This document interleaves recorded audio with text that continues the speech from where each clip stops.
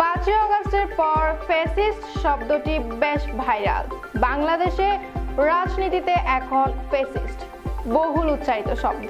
বিশেষ করে পলাতক শেখ হাসিনার সরকারকে বর্ণনা করার সময় ফ্যাসিস্ট সরকার হিসেবে বর্ণনা করছে।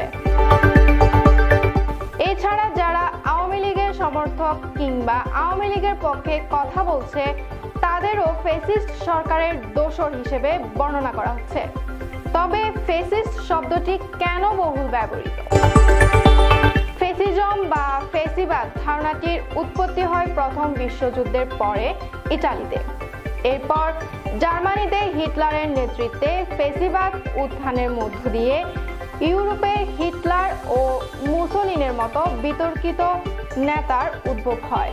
কালের ক্রমে নানান দেশে রাষ্ট্রপ্রধানের ক্ষমতা গ্রহণের পরে একছত্র আধিপত্য সৃষ্টি ও সংসদীয় গণতন্ত্রের বিরোধীকালীনদের ফ্যাসিস্ট বলে আখ্যায়িত করা হয়। এরই প্রেক্ষিতে দীর্ঘ 16 বছর আওয়ামী লীগের হাসিনার একনায়কতন্ত্র শাসন, নানান জুলুম, অবিচার, দুর্নীতির কারণে তাকে ফ্যাসিস্ট সরকার বলে আখ্যায়িত করা হয় এবং 5 আগস্ট এক রোমহর্ষক লড়াই, বৈষম্য ছাত্র আন্দোলনের কারণে ফ্যাসিস্ট সরকার হাসিনা দেশ পলায়ন করতে বাধ্য হয়। পুষ্পিতা, কোহেলিয়া, কক্সবাজার।